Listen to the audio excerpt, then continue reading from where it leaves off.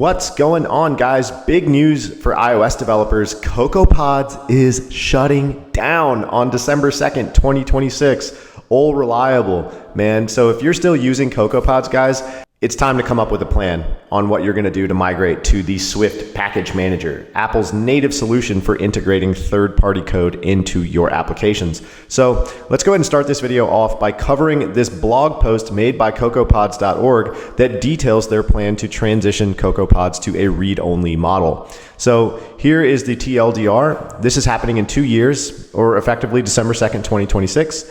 At that point, no new versions or pods will be added to the trunk.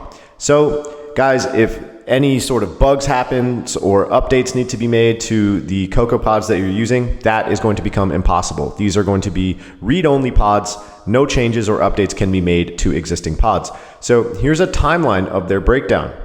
So in January 2025, he's going to email people, basically. September to October, he's going to email you again, informing them of the impending switch to read only, and linking them to this blog post, noting that they have roughly a month before we do a test run of going read only. And then ultimately by December 2nd, 2026, they will switch the trunk to not accept new pod specs permanently. This is the Wednesday after American Thanksgiving, so he doesn't think folks will be in rush mode. But man, this is crazy. CocoaPods has been around since 2011, and it's finally going away. And we're going to have to start using Swift Package Manager the whole way through. So in the rest of this video, guys, we're going to break down why CocoaPods is going away, what this means for your project if you're still using CocoaPods, how to resolve this problem and what you should switch to, and exactly how to migrate your projects to avoid last-minute headaches. So let's go. So why is CocoaPods shutting down? Well, it's been around since 2011, and as many of you know, it's been the go-to dependency manager for iOS developers. But over the years, Swift Package Manager has improved dramatically, and Apple is pushing for native solutions. So the reason behind CocoaPods' sunset is there's lack of official Apple support, right? Apple never integrated CocoaPods into Xcode.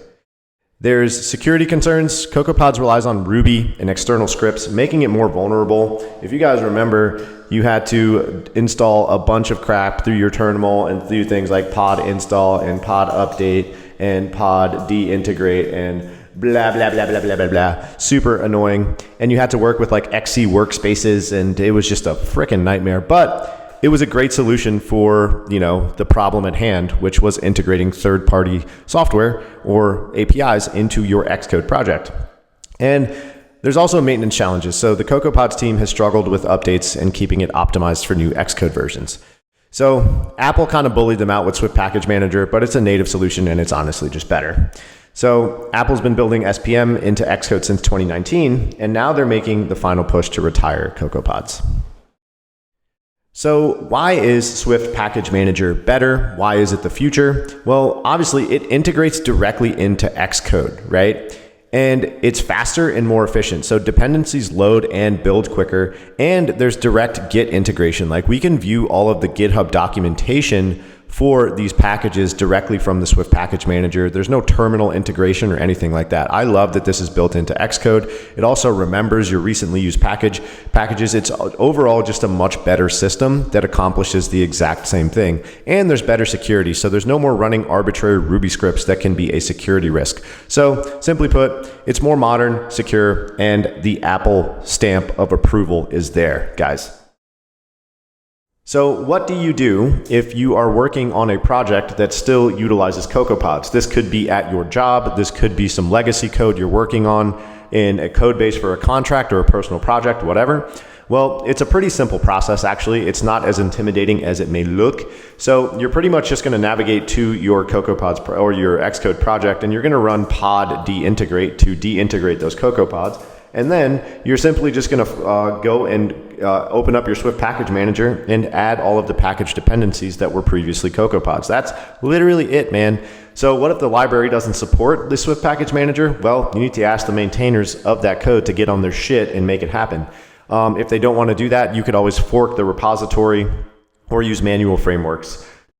But in conclusion, guys, we got to say goodbye to CocoaPods. The sun is setting officially by December 2nd, 2026. And I just want to say thank you so much to this team. They did such a great job and gave us such an awesome tool that really made our lives easier as iOS developers. But it is time to move on to the Swift Package Manager. That's the hot new girlfriend, but that doesn't mean we should forget about our old girlfriend and not be thankful that she was in our lives, right? So that's CocoaPods for us, guys.